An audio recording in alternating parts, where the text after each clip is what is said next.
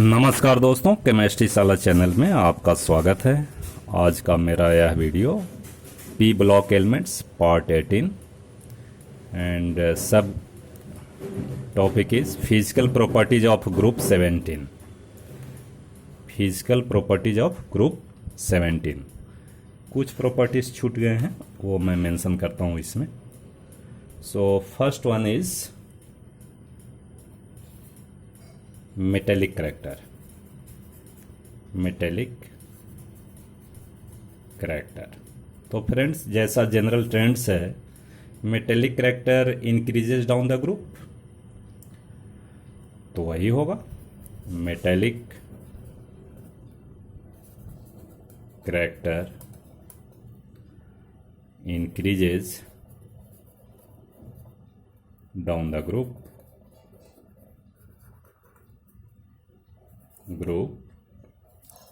due to increase in size of atoms। ठीक है दोस्तों। इसके बाद second, it's a very important, colour. देखो, जितने भी हैलोजन हैं वो कलर्ड होते हैं भाई। Halogens are coloured. क्यों होंगे कलर्ड? Halogens are coloured. आप जितना भी देखोगे कि फ्लोरीन गैस कलर्ड होता है, येलोइश कलर होता है। क्लोरीन ग्रीनिश येलो होता है। ब्रोमीन कलर्ड होता है। आयोडीन वायलेट होता है। तो जहां भी कलर का कॉन्सेप्ट आता है, that means there is excitation of electron. तो देखो, इधर ये येलोइश पार्ट आता है इधर में, और इधर क्या है, वायलेट है, राइट। यहाँ देखिए कि size of fluorine is a smaller, और आयोडीन का साइज क्या है जी, बड़ा है। अब देखो, इसमें विजिबल रेडिएशन से इलेक्ट्रॉन जो हैं एक्साइट होते हैं। इलेक्ट्रॉन एक्साइट होते हैं हाइयर एनर्जी लेवल में, हाइयर एनर्जी लेवल में। तो यहाँ देखो, ये जो विजिबल रेडिएशन का है, यहाँ काफ़ी अट्रैक्शन है between electron and nucleus, more attraction. So more energy is required to excite this electron. यानी इसमें जो एच न्यू आएगा, एनर्जी आएगा विजिबल रेडिएशन का, ज़्यादा एनर्जेटिक लाइट चाहिए। तो एनर्जेटिक कौन होता है? वायलेट पार्ट वाला होता है, वायलेट वाला होता है। तो वायलेट को ये एब्जॉर्ब कर लेता है। क्या करेगा जी? एब्जॉर्ब कर लेगा। तो इसका कॉम्प्लीमेंट्री कलर हमें दिखाई देता है। कॉम्प्लीमेंट्री कलर कौन सा होगा? तो येलोइश, येलो टाइप होगा।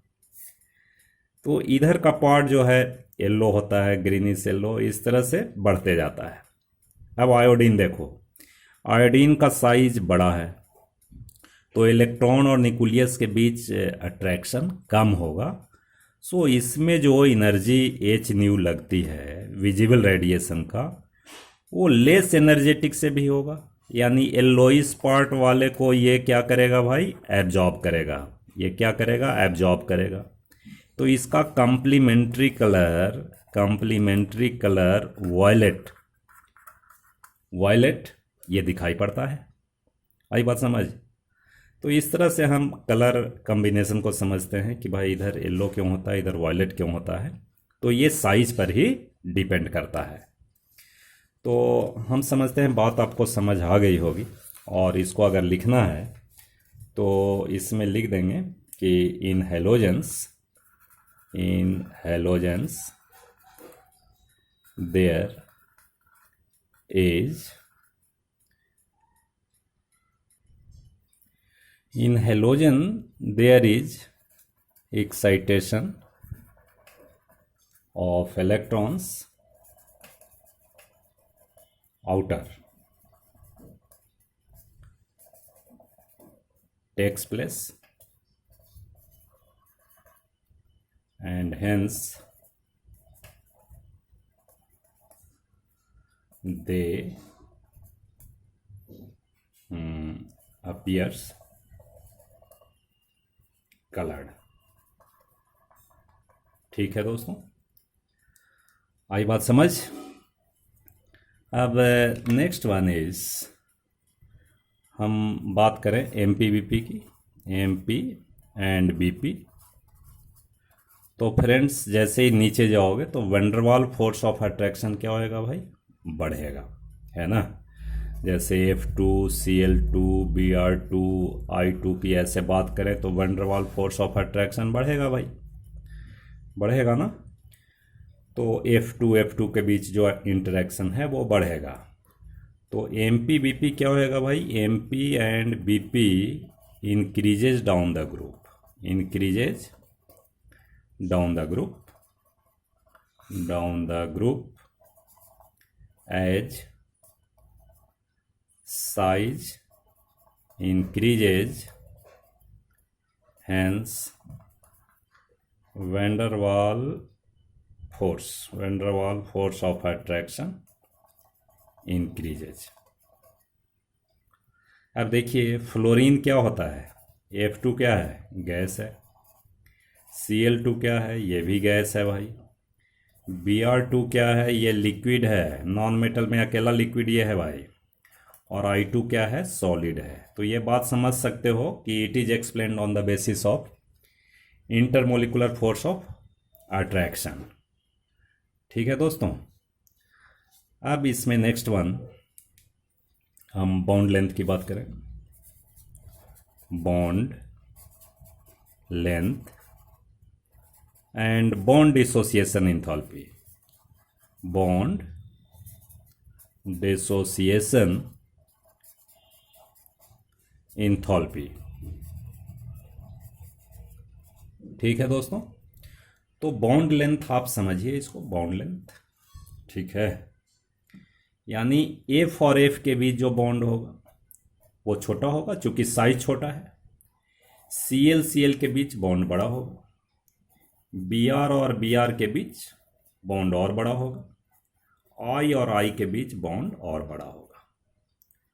तो बॉन्ड लेंथ क्या होगा, इंक्रीज हो रहा है, increases, increases down the group.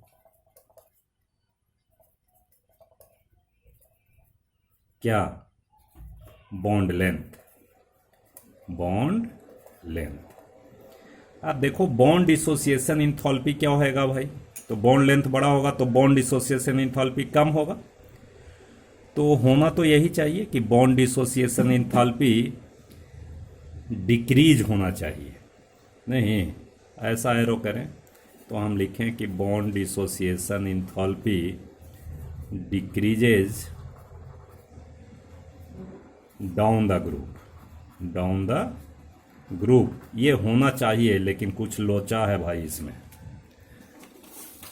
क्या लोचा है, देखो बहुत ही इंपॉर्टेंट क्वेश्चन ये आता है कि भाई फ्लोरीन का बॉन्ड लेंथ क्या है। फ्लोरीन का बॉन्ड लेंथ छोटा है। एक क्वेश्चन में लिखता हूं,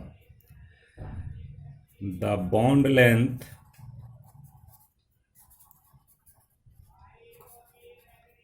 of fluorine F2 is smaller, but bond dissociation enthalpy is less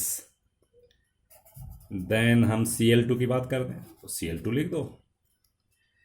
अब समझो भाई क्या हो सकता है। तो फ्लोरीन और फ्लोरीन ऐसा मैं लिख दिया भाई, ये बॉन्ड लेंथ हो गया। और क्लोरीन और क्लोरीन, पहले दो ही कंपेयर करते हैं। ये fluorine fluorine, this is chlorine chlorine. अब इसमें दोस्तों स्मॉलर साइज के कारण ये इंटर इलेक्ट्रॉनिक रिपल्सन, ये इंटर इलेक्ट्रॉनिक रिपल्सन, इसमें जो इलेक्ट्रॉन है इसमें इलेक्ट्रॉन है, इनके बीच रिपल्सन होता है और ये बॉन्ड को क्या कर देगा, वीक कर देगा। हो गया जवाब, तो हो गया। नहीं, क्या जवाब हो गया कि the size of fluorine is a smaller, the size of fluorine is a smaller, so inter electronic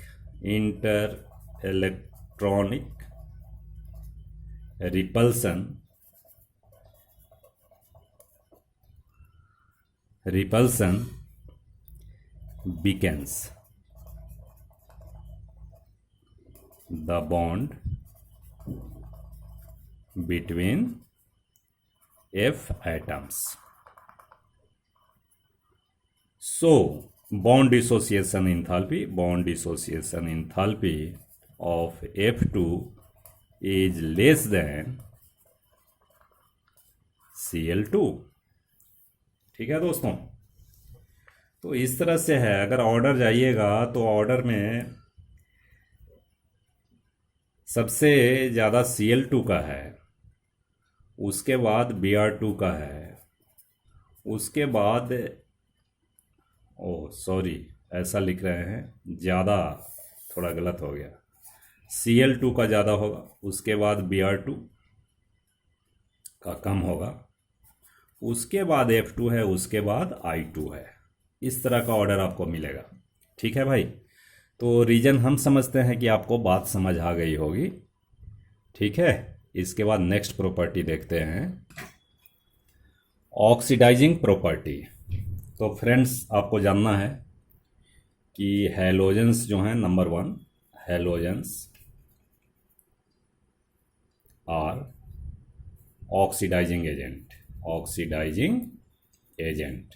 अब क्यों है ये समझो, चूँकि हैलोजन होगा, इसको अगर एक इलेक्ट्रॉन दोगे तो ये stable configuration, noble gas configuration को अचीव करते हैं। ठीक है, तो इसका मतलब ये क्या होते हैं भाई, रिड्यूस होते हैं, ये होते हैं रिड्यूस। इसका मतलब ऑक्सीडाइजिंग एजेंट होगा, ऑक्सीडाइजिंग एजेंट, राइट। तो ऑक्सीडाइजिंग एजेंट तो है भाई। अब एक चीज़ और याद रखिए कि फ्लोरीन जो होता है, F2 is the strongest oxidising agent and I2 is the lowest oxidising agent. ठीक है, ये दो बात समझना है, लेकिन कुछ क्वेश्चन उठना चाहिए आपके दिमाग में भाई कि भाई F2 का देखो 2 इशू आया था। देखो, एक क्वेश्चन ही आता है कि F2 acts as a strong oxidising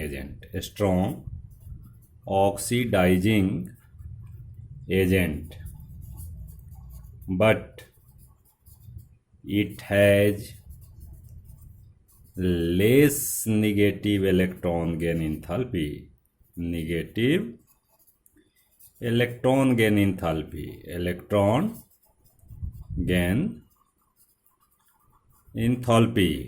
ठीक है कि नहीं। अरे भाई, इलेक्ट्रॉन को ये एक्सेप्ट करने में तो इंटर इलेक्ट्रॉनिक रिपल्सन है, तो ये स्ट्रॉन्गेस्ट कैसे हो सकता है भाई। तो इसमें देखो 2 चीज़ है भाई। देखो, सबसे पहले क्या है कि फ्लोरीन जो है F2, तो FF बॉन्ड बनेगा, पहले समझो ठीक से। तो एक चीज़ अभी मैंने पढ़ाया कि ये F2 से F में चेंज होना बहुत आसान है, क्योंकि इसका बॉन्ड डिसोसिएशन इंथैल्पी कम है भाई। ये bond dissociation enthalpy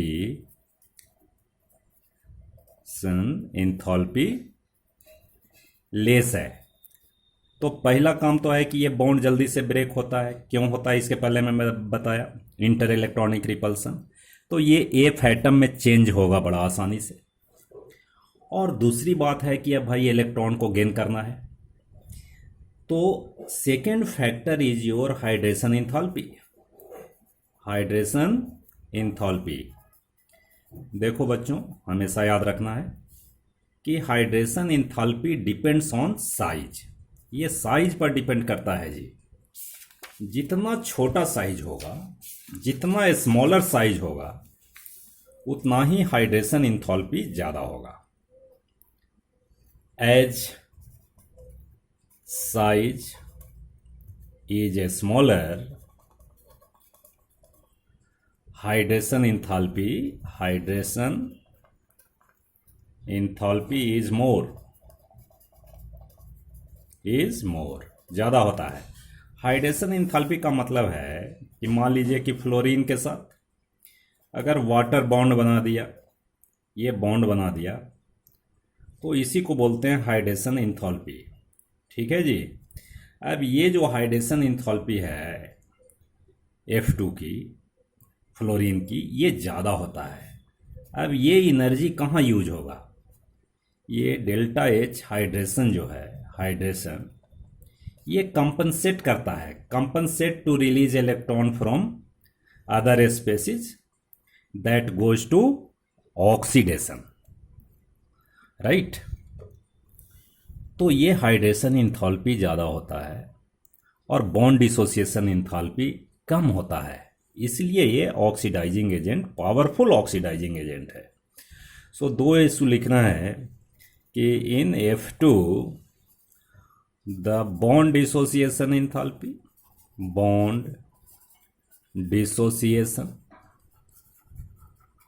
enthalpy is less and high hydration enthalpy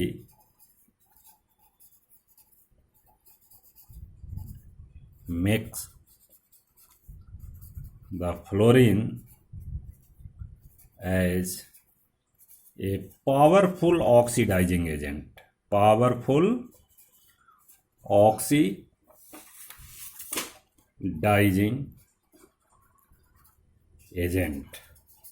ठीक है दोस्तों। तो ये पावरफुल ऑक्सीडाइजिंग एजेंट बनाता है भाई, तो इसको याद रखना है। आई बात समझ? इसको याद रखना है। तो वेल फ्रेंड्स, आपको बात समझ आ गई होगी। अगर वीडियो अच्छा लगे तो लाइक कीजिए, शेयर कीजिए, सब्सक्राइब कीजिए और बेल आइकन को भी दबाना मत भूलिए, so that you will get the notification first. बहुत पढ़िए, आगे बढ़िए, यही मेरी शुभकामना। बहुत बहुत धन्यवाद।